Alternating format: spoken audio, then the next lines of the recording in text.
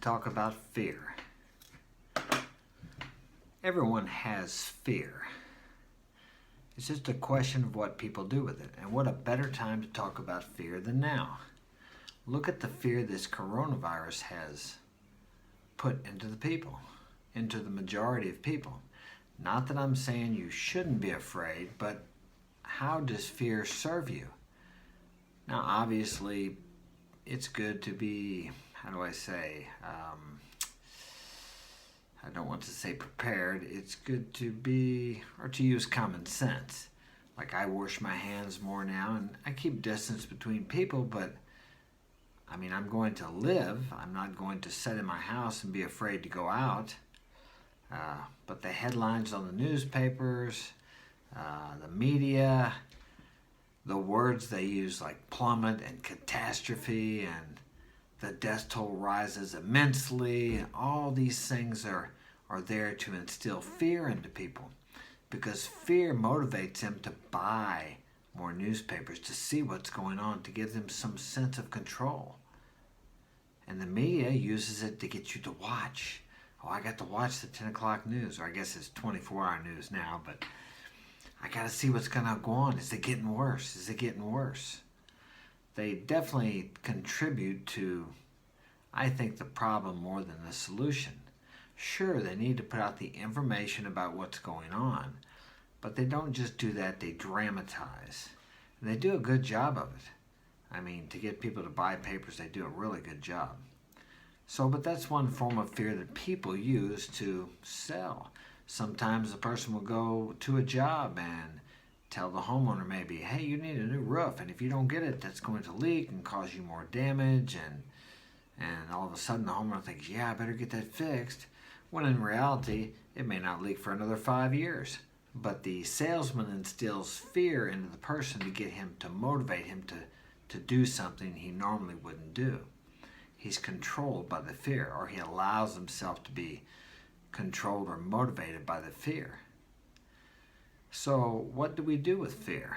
Fear causes a lot of wars, troubles, stealing. People fear they don't have enough, so they rob. People fear they're going to run out of what? Toilet paper, so they rush to the stores to buy some.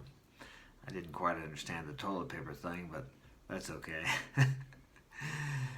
But you can do something with this fear. If you can just stop and take a look within yourself whenever you decide to react or take action immediately on something you hear or something you see, and ask yourself, why am I taking this action? Am I taking this action out of faith or out of fear?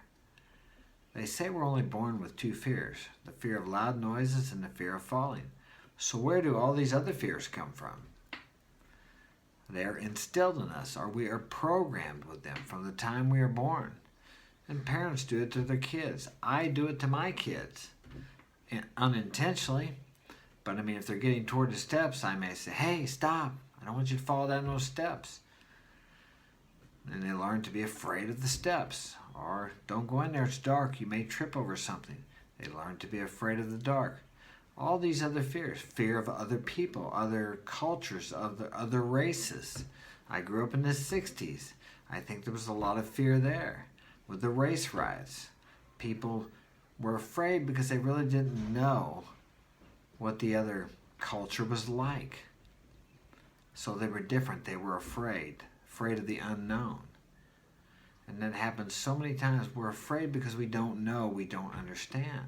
So sometimes we attack because of our fear. When really there is a better way. If we can look within ourselves, as I said earlier, and discover the source of that fear and take some constructive action. What is the difference between the hero and the coward?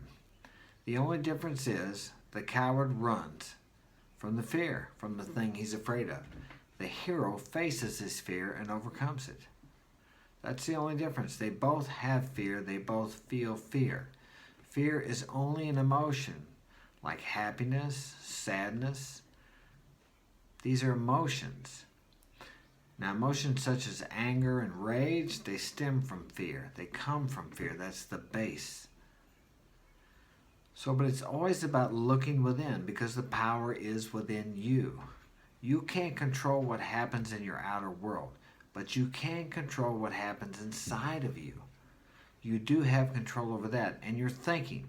And when you can control that, you can indirectly create and control your world. Nothing happens out there unless it first happens within you.